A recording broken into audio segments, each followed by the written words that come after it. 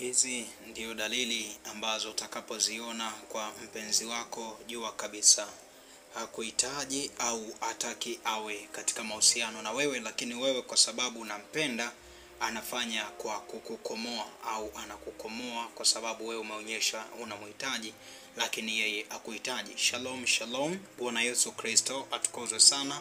Mahali popote pale ulipo, amani iwe nawe. Sasa siku ya leo nimekuja na somo hili kwa wanaume. Wewe kama mwanaume na kuna binti umempenda, umemchumbia, unataka kumuoa, ni mchumba wako, lakini kuna vitu ambavyo anakuonyesha katikati ya mahusiano. Elewa kabisa mwanamke huyo hakuhitaji lakini anakukomoa kwa sababu wewe unampenda. Sasa utakapoziona dalili hizi, usipate shida ya kung'ang'ana kuwa naye, usipate shida ya kuendelea kuwa naye. Dalili ya kwanza tunasema kwamba anakuwa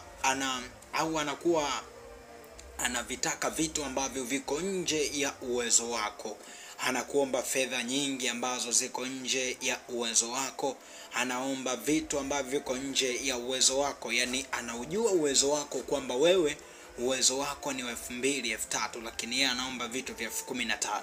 Hasa mwanamke wa namna hiyo anapokuwa anakuonyeshea picha ya namna hiyo, tambua kabisa kwamba my friend, huyo mwanamke akuhitaji, anakukomoa. Na hata kama anajua wewe ni mfanyabiashara mdogo, anajua umeajiliwa, lakini atakukomoa kwenye vitu ambavyo viko nje ya uwezo wako. Na unakuta ukimwambia sina au subiri kwanza mpaka nitakapopata, anasusa, anakublock, hataki aongee na wewe, hataki ukaribu na wewe.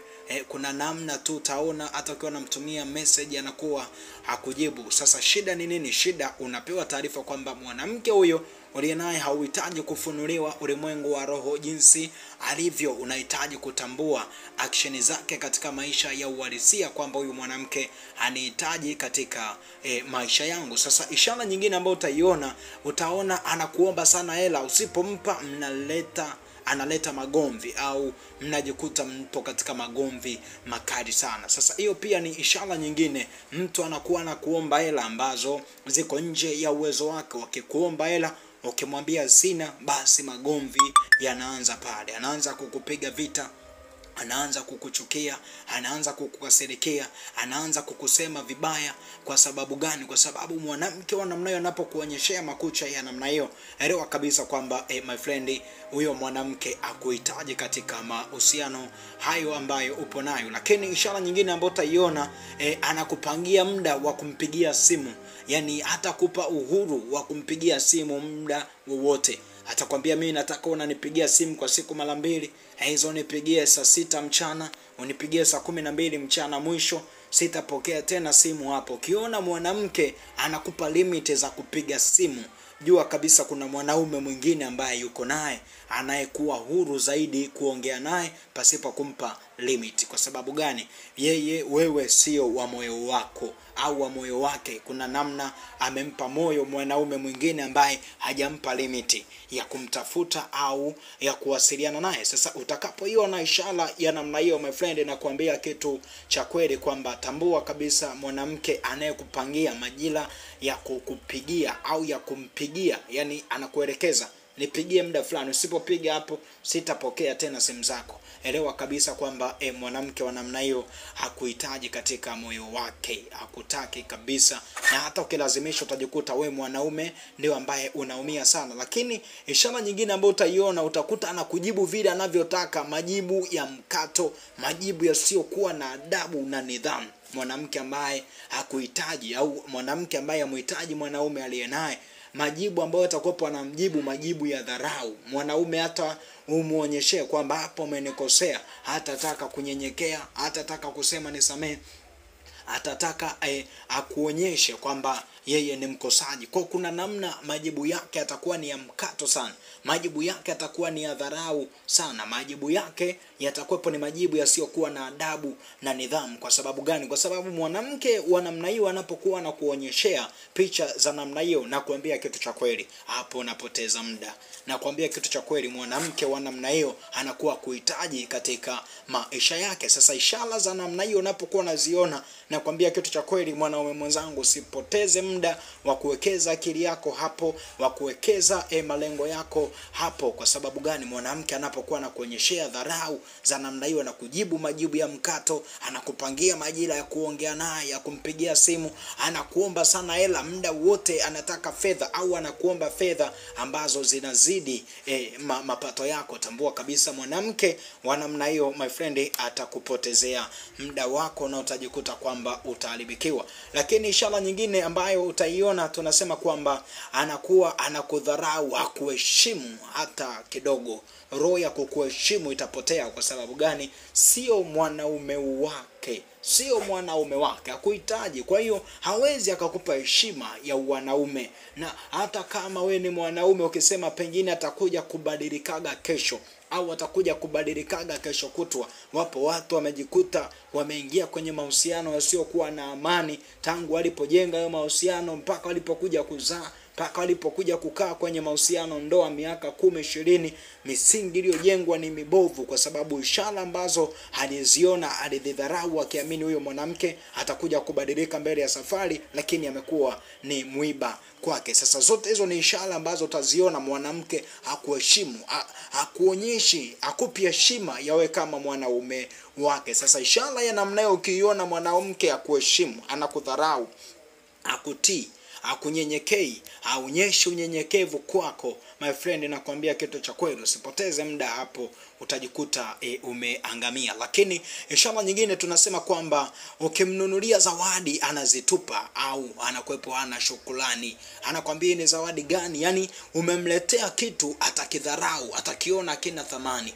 atakiona hakina maana, atakiona kama ni kidogo, sio hadhi yake. Kwa sababu gani? Huyo mwanamke hakuhitaji. Lakini yupo mwanaume ambaye akimletea tu hata pipi kifua, akimletea tu hata ivory, akimletea hata big bomb, hiyo inamtosha kabisa, na ataifurahia, atampiga makisi, atamkumbatia kwa furaha, atamwambia asante. Kwa sababu gani? Kwa sababu huyo ndio mwanaume wa moyo wake. Lakini unaweza ukajipiga piga, ukamnunulia mavazi, ukamnunulia usafiri, lakini bado asione kile kitu vile ulivyojitoa. Kwa sababu gani? Kwa sababu hana mpango na wewe. Kwa hiyo anachokifanya, anakutesa au anautesa moyo wako. Kwa ukiona ishara ya namna hiyo, elewa kabisa kwamba mahusiano ya namna hiyo yatakuwa na vikwazo vingi. Hata ukisema ufosi kuwa na huyo mwanamke, utajikuta unaumia tu. Lakini ishara nyingine tunasema kwamba ni mwanamke ambaye anakuwa na vuruga akili yako kila wakati. Utakopo hauna la, atakuwa anakuzushia mabala. Haijalishi mpo pamoja, mnakaa pamoja, au haijalishi mnawasiliana kwa njia ya simu,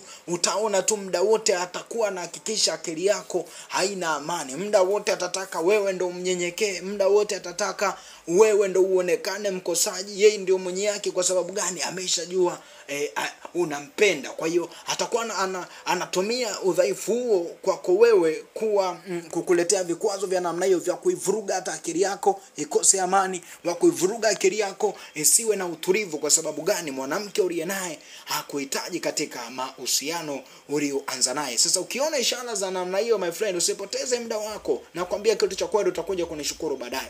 Lakini ishara nyingine tunasema kwamba anakuwepo ni mtu anayekuchonganisha na marafiki zako kila wakati. Ni mtu mchonganishi.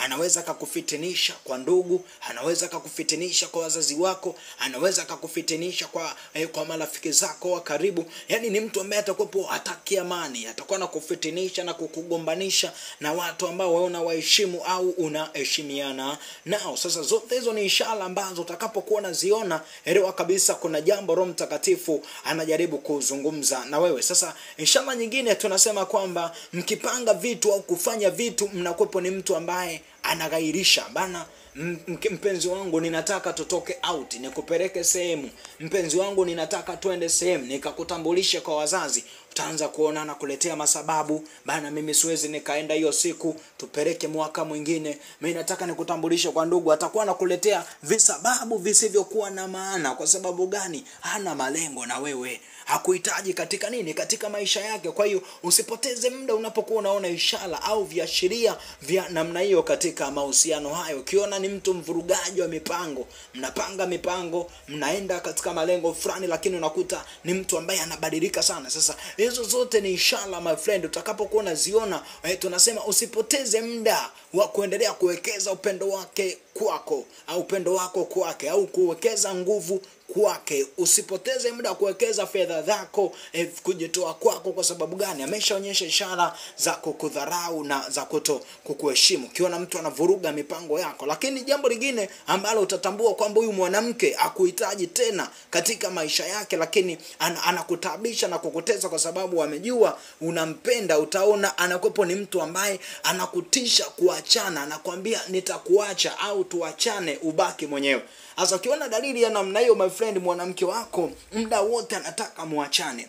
Muda wote ukikosea anaongelea swala la kuachana, ujue kabisa huyu kuna mahali anaenda sehemu nyingine. Kuna mlango ameisha uruhusu. Ndio maana haoni shida kuongelea masuala ya kuachana. Atakwambia nitakuacha, tuachane, ubaki peke yako na nini. Maneno ya namna hiyo anapokuwa anayatamka au anapokuwa anayaongea, my friend, nakwambia kitu cha kweli, usipoteze muda hapo.